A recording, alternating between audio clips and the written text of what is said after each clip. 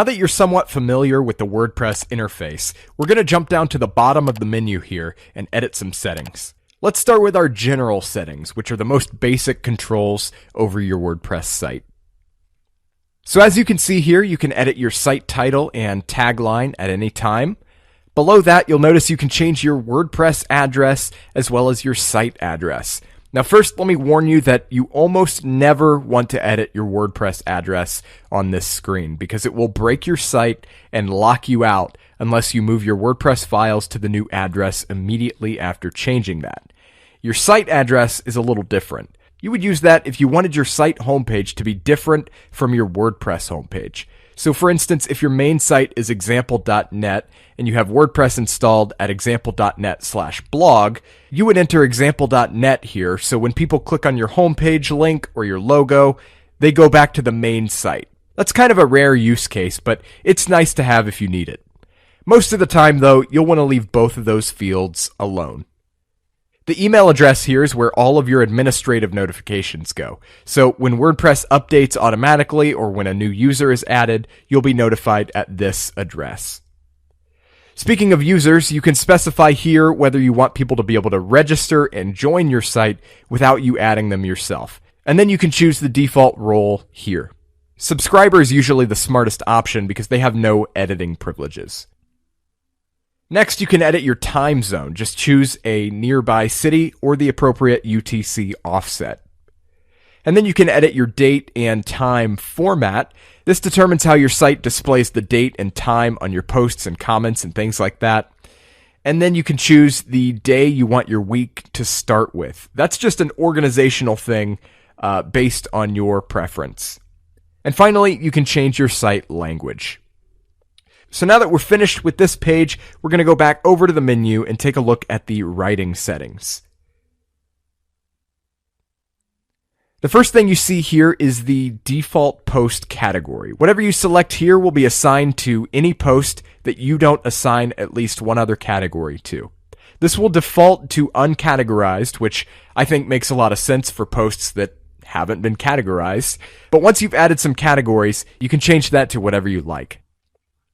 Default post format. Standard is the best option for most people here, and you can always change that on an individual basis from the post editing screen.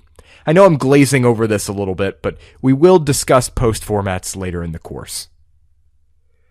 Post via email. This is something that isn't used very often, but if you'd like to set up an email address you can email content to and have it automatically published to your site, you can set that up here. And then we have update services. There's a service here called Ping-O-Matic that's automatically included, and anytime you publish a post, WordPress will notify that service, and it will notify all the major search engines so your site is discoverable. If you don't want that to happen, you can just delete that URL and leave that box empty. Moving right along, let's dive into our reading settings. The first option here determines what shows up on your front page. It's either your latest posts in a traditional blog format or a static page. So if you go with a static page, you can select which page you want for your front page, and then optionally you can select a posts page that will display your latest posts. For example, you could create a page called Home for your home page and set that as your front page here, and then you could create a page called Blog and set that as your posts page. For the time being, I'm just going to stick with the default setting, your latest posts. Next, you can choose how many posts appear on your blog pages, and that also includes places like your category archives and search results. Anywhere WordPress lists your posts, it's going to be limited to this number per page. The next option is the same general idea, but it applies to your RSS feed. Now, RSS isn't as popular as it used to be, but it's basically a way for people to read your posts in a feed reader like Dig Reader, for example. 10 is usually sufficient for that. Along the same lines, you can choose whether people who read your content with RSS get the entire post or just a summary. If you choose summary, they'll only get the first paragraph or so, and they'll have to click through to your site to read the rest. Search engine visibility. If you check this box, search engines like Google will not index your site. Most people will want to leave this unchecked for obvious reasons.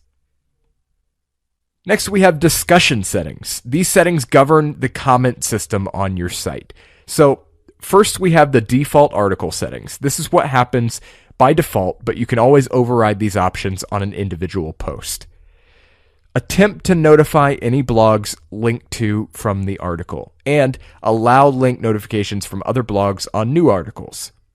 That is completely up to you. Basically, this just appears as a comment on a site, letting them know that another site has linked to them.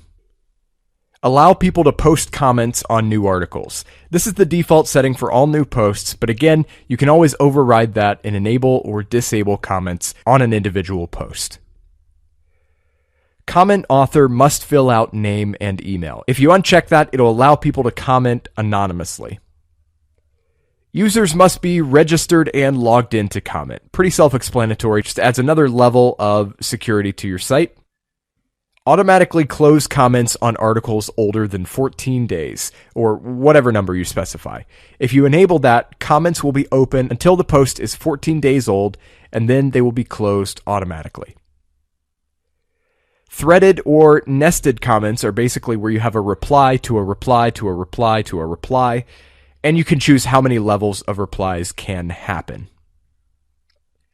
The next option allows you to break comments into pages if you want, and you can specify how many top-level comments you want displayed per page.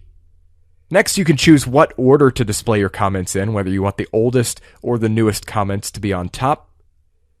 You can set up email notifications to notify you whenever there's a new comment or when a comment is held for moderation, or you can uncheck both of those to get no notifications at all. Next, you can choose how moderation works. If you check this first box, every comment must be approved before it shows up. If you check the second box, everybody has to have their first comment approved, but they can comment freely after that. And if you uncheck both of those boxes, all comments will automatically post with no approval process on your end.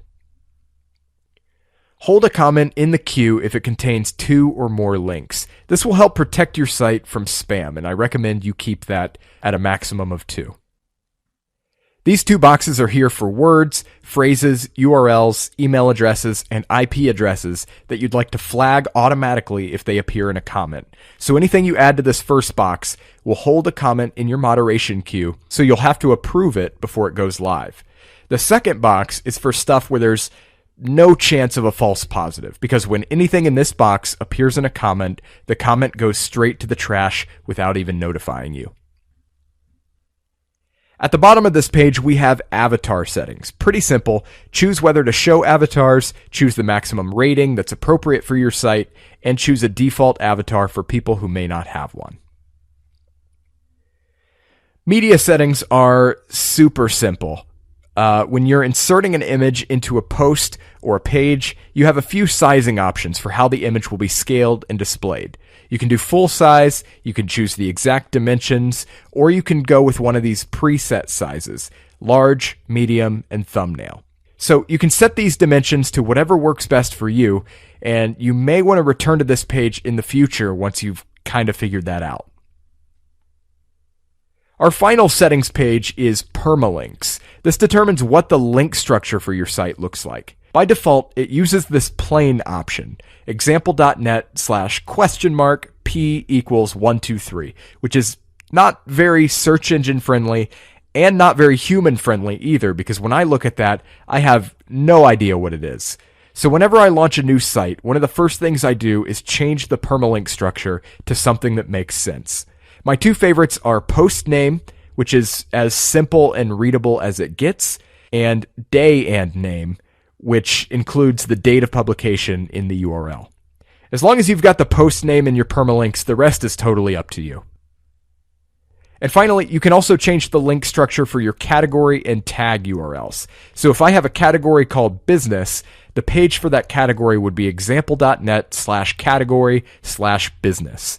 If I wanted to, I could use this to replace the word category with something like topics, so then my URL would be example.net/topics/business. And the same thing applies for tags.